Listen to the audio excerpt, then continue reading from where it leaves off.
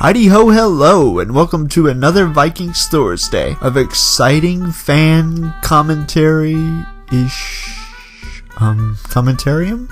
It's the wee hours of the morning here, people. Work with me here. What? For all of 1 1/2 of ye out there in Cyberland paying attention, I didn't actually decide to skip a week, even though I did. I'm just doing a purposeful cookie double stuff of 2 episode analyses in one, trying to cover for my laziness. Me? No. But seriously for a second, some episodes will be less action-packed and kung fu grip cool as some of the other ones, especially earlier in the season. So it might make sense to squeeze, condense, and compress a little. Or it's just laziness. Oh, I'm supposed to here. So how's season 3 shaping up so far? Status quo, Mr. Mo? Oh, I don't know. Is that so? You see what I did there? Rhyming out the wazoo. Proof positive of a highly intelligent literary mind. Or one who just done thinks he is. Part 2. So yeah, episode 2, Wanderer, in the so subtle vernacular of Al Pacino. What do we got? Sorry, I'm about 20 million cigarettes to the 10th power short of doing a proper Pacino voice, as in, no cigarettes smoked by me, ever. So if it's a little off the pitch, oh right, no one cares. Moving on, in short, Wanderer is part 2 of episode 1. Duh, Jimbo, that's why they call it an episode 2. But really, it's more of what we saw from the opener that's present in this one. Ragnar and company are still fighting as mercenaries for Princess Crazy Bitch.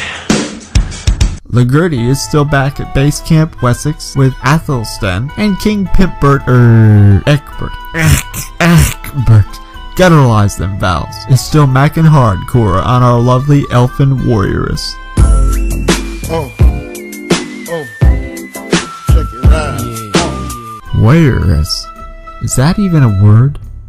Well, it is now. You're welcome, English language. Is it just me, or does it seem like our King Uno Ecbert, is trying a little too hard to get under Lady Ligurtha's sword belt? Of course, spoiler alert, yar. In the follow-up episode 3, he succeeds. Oh! But yeah, like maybe Ecbert is up to something sinister, or is he just an old man who is really horny and spends more time in a hot tub than a hip-hop mogul? Yeah, keep banging. It's all a lot of stuff we're sort of see coming, if you know what I mean.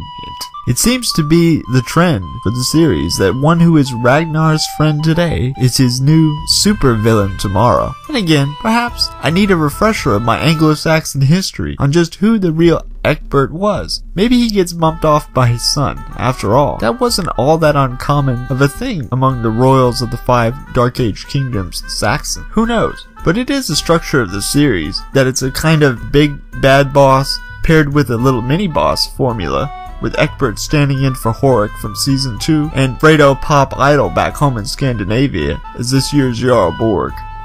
He's made his move for the throne of Elf Lordess, but whatever. I don't know. Kalf just doesn't seem like all that compelling of a baddie as yet. Of course, as I said, it's still early days in the season, so no doubt that could change really quick, and I have a very funny feeling it will. Even though part of me hates to admit this, it's good to see the writers are really fleshing out now. Crazy bitch. Crazy bitch. Princess Kwinfrith, more with her backstory. There's absolutely nothing wrong with taking a character who you could just feel the black clouds of doom for our hero coming off of. I think they call that femme fatale, Jimbo. Duh. And making him or her a little more human and sympathetic. Just a little bit.